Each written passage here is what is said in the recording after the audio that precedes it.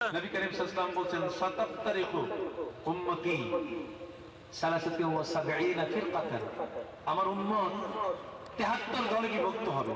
কথা খেয়াল করেছেন? একটা হবে ওয়াহিদাতুন নাজিয়া, একটা কেবল মাত্র জান্নাতি হবে, আর বাকিগুলো গায়রু নাজিয়া, বাকিগুলো আগাতে পারবে না। কেন আগাতে পারবে না? আগাতে পারবে না তাদের নিজস্ব কিছু দৃষ্টিভঙ্গির কারণে। যেমন আজকে আমাদের এই পৃথিবীর মধ্যে আকীদা এবং বিশ্বাসের ক্ষেত্রে আমাদের কতগুলো বিষয় আছে যেগুলোকে আমরা কখনো লঙ্ঘন করব না। যেমন আমরা মনে করি প্যারা নবী হযরত মুহাম্মদ রাসূলুল্লাহ সাল্লাল্লাহু আলাইহি ওয়াসাল্লাম তার কবরে তিনি জিন্দা। রাসূল তার কবরে কি জিন্দা? হায়াতুন নবী। রাসূল তার রওজা মোবারকে কি আছেন? জিন্দা আছেন। আল্লামা কাজী আয়াস তার শিফা নামক কিতাবের মধ্যে তিনি উল্লেখ করেছেন শুধু নবী করিম সাল্লাল্লাহু আলাইহি ওয়াসাল্লাম না, ওয়া ইন্না আম্বিয়া আল্লাহি আহইয়াউন ফি কুবুরিহিম, বরং যত নবী প্রত্যেক নবী তার কবরে জিন্দা আছে। সুবহানাল্লাহ। ভাইরা আমার, কোরআন যে বিষয়গুলো বলছে ওয়ালা তাকুলু লিমান ইউকতালু ফি সাবিলিল্লাহি আমওয়াত বাল আহইয়াউ ওয়ালাকিন লা তাশউরুন। শহীদান যারা তারা যেমন কবরে জীবিত, ভাইরা আমার, জগতের মধ্যে নবী জানান সকল নবীর ক্ষেত্রে আমার নবী বলছেন আলা ওয়া ইন্না আম্বিয়া আল্লাহি আহইয়াউন ফি কুবুরিহিম, সকল নবী তাদের কবরে জীবিত।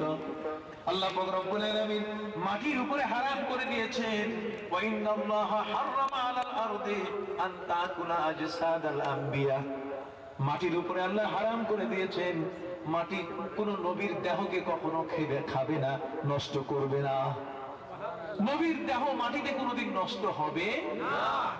যত নবী ইন্তেকাল করেছেন 1,24,000 অথবা 2 লক্ষ কি 24,000 সমসংখ্যক, ওরা বলতেছে অগণিত। না না, 1,24,000 এবং 2,24,000 সমসংখ্যক নবী, এটা সম্পর্কে খোদ নবী করিম সাল্লাল্লাহু আলাইহি ওয়াসাল্লামের হাদিস আছে। কথা খেয়াল করেছেন? ওরা আজকে আমাদেরকে বলছে অগণিত শব্দ বলবেন, 1,24,000 আর 2,24,000 মতান্তরে, এগুলো বলা যাবে না। কথা খেয়াল করেছেন?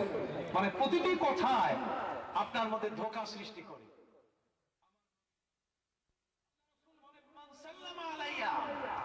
আজাবতুহু বিলিসানিহি, রাসূল বলেন আমার সামনে এসে যে আমাকে সালাম দেয়, আমি আমার জিহ্বা দিয়ে তার সালামের জবাব দিই।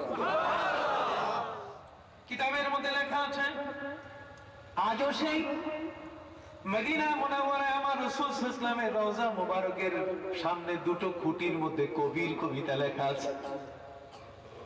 গ্রাম থেকে এক বিদুইন পবিত্র কোরআনের আয়াত আল্লাহ পাক রব্বুল আলামিন বলেছেন ওয়ালাউ আন্নাহুম ইযলামু আনফুসাহুম জাউকা ফাস্তাগফিরুল্লাহ ওয়াস্তাগফারা লাহুমুর রাসূল লাওয়াজাদুল্লাহা তাওয়াবার রহিমা।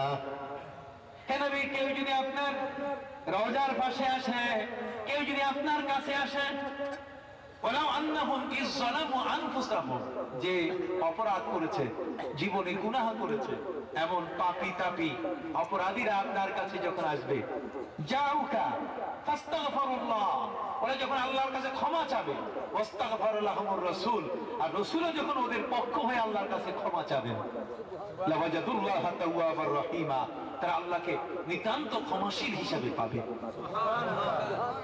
এই আয়াতের সামার সাবস্টেন্স, এই আয়াতের মূল অর্থ হলো এই যে নবীর পাশে গিয়ে যদি কেউ নিজের জীবনের গুনাহ ক্ষমার জন্য আল্লাহর কাছে প্রার্থনা করে, আর নবী যদি সুপারিশ করে দেন, তাহলে ওই ব্যক্তির কোনো গুনাহ থাকবে না।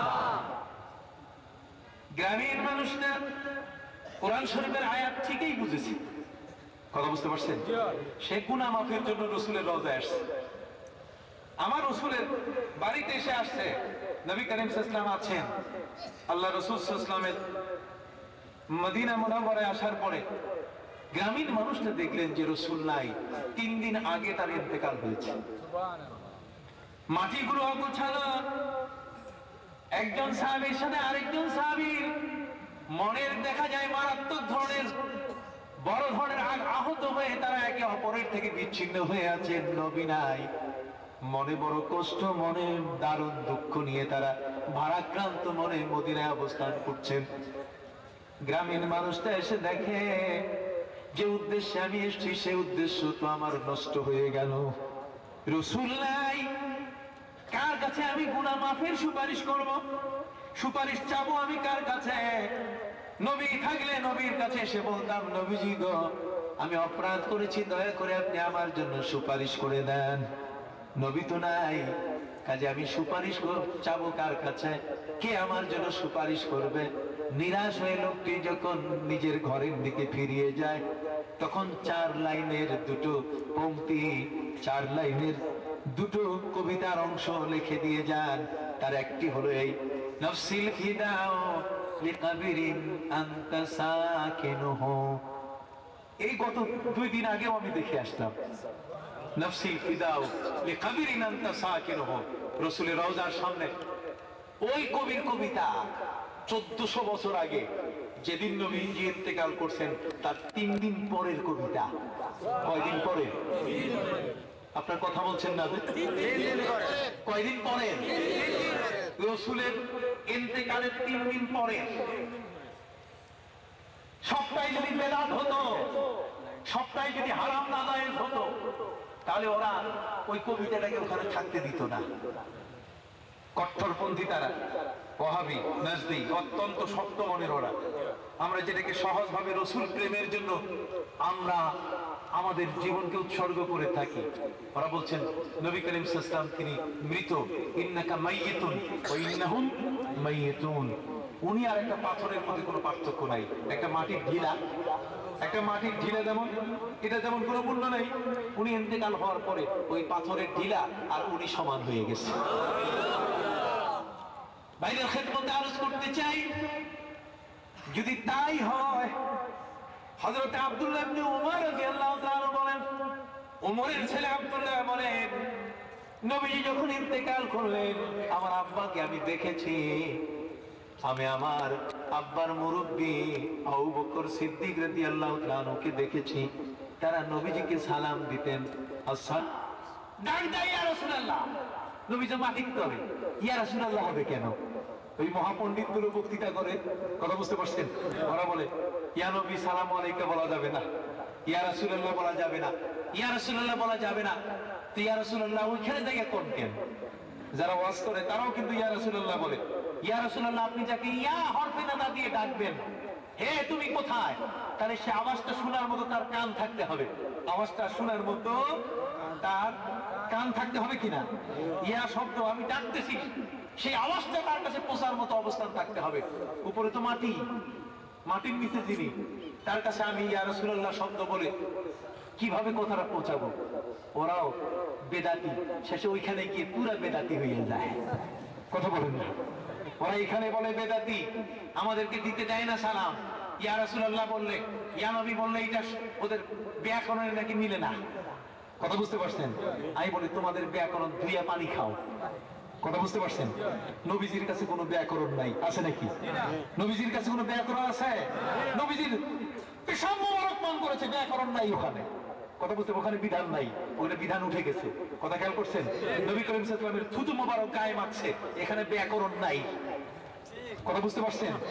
এখানে কি নাই? ব্যাকরণ নাই, এখানে কোনো বিধান নাই। কথা বুঝতে পারছেন? নবী করিম সাল্লাল্লাহু আলাইহি ওয়াসাল্লামের রক্ত মোবারক চুষে নিজেরা পান করছেন, এখানে কি নাই? কোনো ব্যাকরণ নাই, এখানে ব্যাকরণ ফেল। মুহাব্বতের সাথে কাছে কোনো ব্যাকরণের কি নাই? কোনো যোগাযোগ নাই, কোনো টার্ম এন্ড কন্ডিশন কিচ্ছু নেই। নবী করিম সাল্লাল্লাহু আলাইহি ওয়াসাল্লামের মুহাব্বতের ক্ষেত্রে আমি তো আগেই বলেছি, লা ইউমকিনুস সানাউ কামা কানা হাক্কুহু বাদাস খুদা বুজুর্গ তুই কিসসা মুখতাসার। আল্লাহর পরে যদি পৃথিবীতে কারো স্থান থাকে, তাহলে নবী আপনার স্থান। বলুন সুবহানাল্লাহ। কাজী সেই নবীর উপরে ফেরেশতা জগৎ তার দরুদ পড়েন, আল্লাহর কাছে রহমত কামনা করেন। দুনিয়ার সকল মুসলমান রাসূলের প্রতি দরুদ পড়েন। খোদ আল্লাহ তার নিজের তসবিহ করে নিয়েছেন রাসূলের প্রতি দরুদ পড়া। আল্লাহ তার নিজের তসবিহ করে নিয়েছেন, ইন্নাল্লাহা ওয়া মালাইকাতাহু ইউসাল্লুনা আলান নবী। কি বলেন, আল্লাহ কি নবীজির ইন্তেকালের আগ পর্যন্ত নবীর উপরে দরুদ পড়ছেন? এরপরে কি আল্লাহ বন্ধ করে দিয়েছেন নাকি? তো নবীর উপরে দরুদ যদি নবীর ইন্তেকালের আগে হয়, সালাম যদি আগে হয়, তাহলে নবীর ইন্তেকালের পরে দরুদও চলবে, ইয়া নবী সালামু আলাইকা যেরকম চলবে কিনা? আরেকবার হাত উঠায়, ইয়া নবী সালামু আলাইকা। কোরআনের আদেশ, এটা কোরআনের আদেশ। ইয়া আইয়ুহাল্লাযীনা আমানু সাল্লু আলাইহি ওয়া সাল্লিমু তাসলিমা। কোরআনের আদেশ নবীকে কি দেওয়া? সালাম দেওয়া। সালাম দেওয়া। আমরা বেয়াদব হয়ে নবীকে কখনো সালাম দিব না। কথা খেয়াল করেছেন? মাটির ভিতরে